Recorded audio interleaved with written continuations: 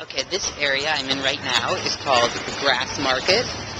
It's right at the bottom of Cowgate Head, and it is the Grass Market because, as you might be able to tell, this is where they used to drive in all the cattle from the country for market days when they were ready to butcher them and sell them off to the people of Edinburgh.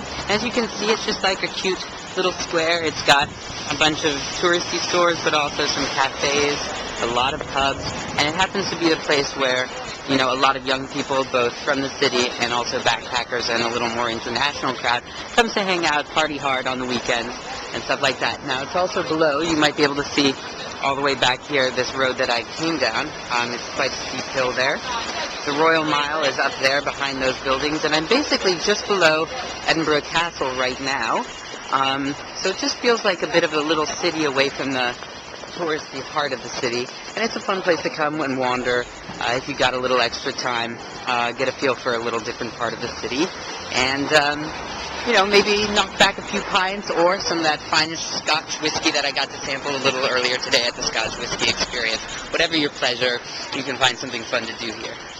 As you may gather from some of the other little videos I've made while I've been here, Edinburgh is known as one of the most haunted cities in the world, and definitely the most haunted city in Europe. So one of the things I've decided to do tonight is go on a Mercat Ghost and Ghouls tour. It's a nighttime tour of the city and some of its infamous sites where notorious murders happened, all sorts of fun ghost stories and stuff like that, including right here at the St. Giles Kirk, which is the main cathedral in town. It meets here at the Mercat Cross, which means Market Cross, where public executions were held, and floggings and other sorts of public punishment. And then just around the other side of the St.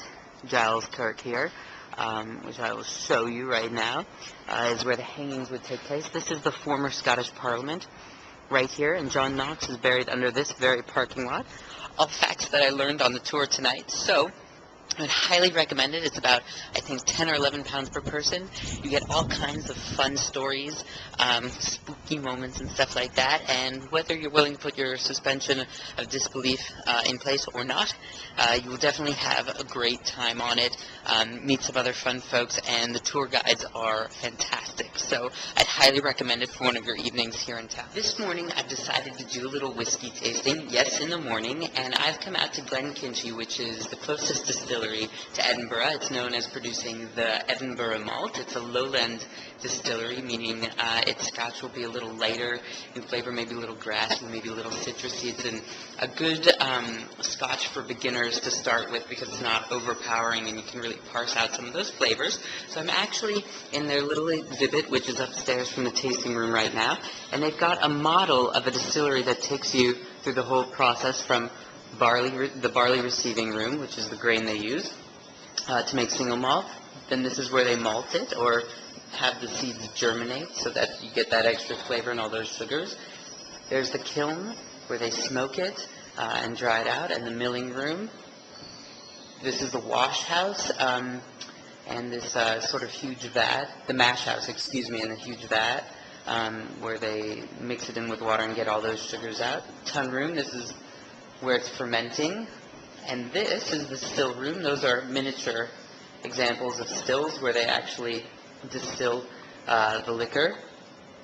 They condense it again in these things called worms so that the alcohol vapor turns back into liquid.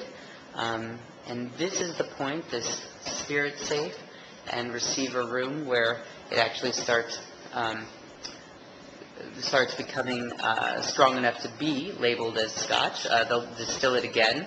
And then here is a spirit store where it will age for a minimum of 3 years in order to be called Scotch whiskey, and then it'll be bottled and anywhere from usually 8 to 15 years and sent to a store near you.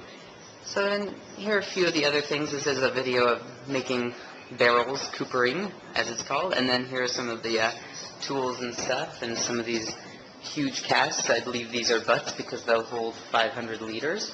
So I'm just going to take another little look around, and I'll take a little tour of the distillery and see what else there is. But this is an easy day trip from Edinburgh. You can get the bus out to a place called Pencaitlan, and then take a taxi from there, or even walk if you're feeling hardy and want a dram at the end of it. But it's a great thing to do, to spend a day outside the city, especially when the weather is fine, and I'm going to enjoy it.